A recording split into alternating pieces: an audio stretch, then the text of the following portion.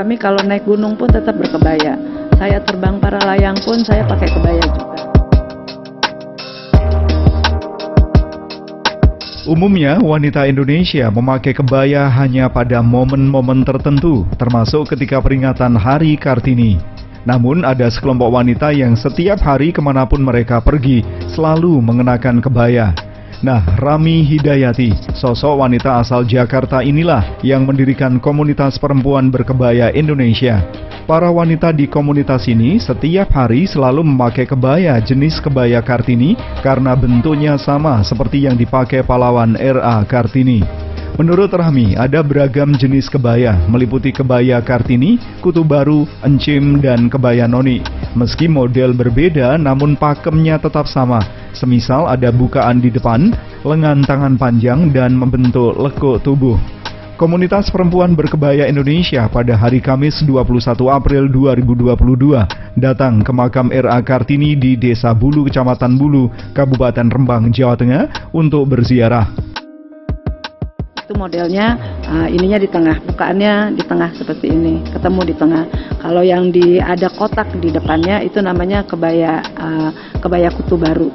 Nah, kami di sini ingin merayakan Hari Kartini di makamnya Kartini dengan memakai kebaya Kartini.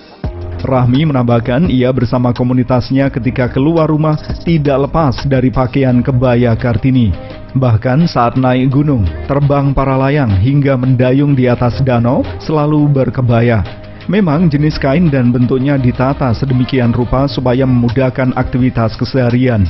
Ia ingin terus mengkampanyekan kebaya sebagai pakaian khas perempuan Indonesia sehingga dunia tahu bahwa kebaya dari Indonesia.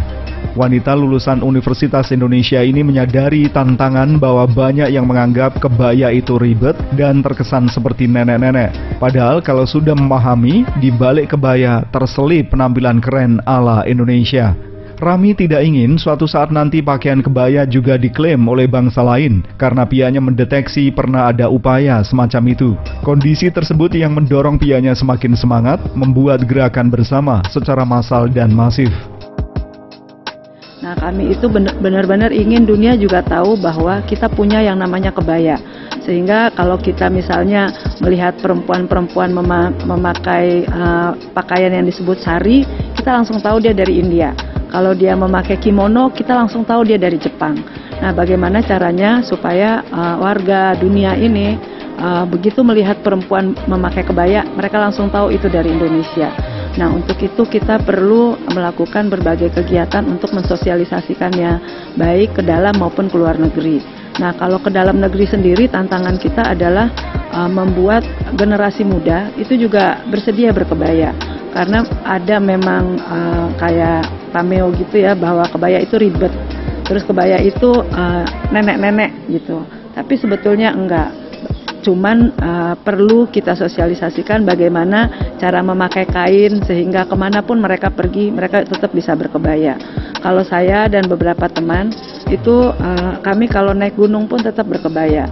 Saya terbang para layang pun saya pakai kebaya juga bisa. Dan dayung-dayungan di laut atau di danau tetap bisa pakai berkebaya. Nah, sekarang bagaimanalah membuat anak-anak muda ini merasa kebaya itu keren kok. Kebaya itu Indonesia dan kita itu orang Indonesia. Jangan sampai warisan budaya kita ini akhirnya juga diaku-aku oleh negara lain, negara tetangga kita misalnya, yang juga selama ini udah kita deteksi mereka mengaku-akui warisan budaya kita sebagai milik mereka.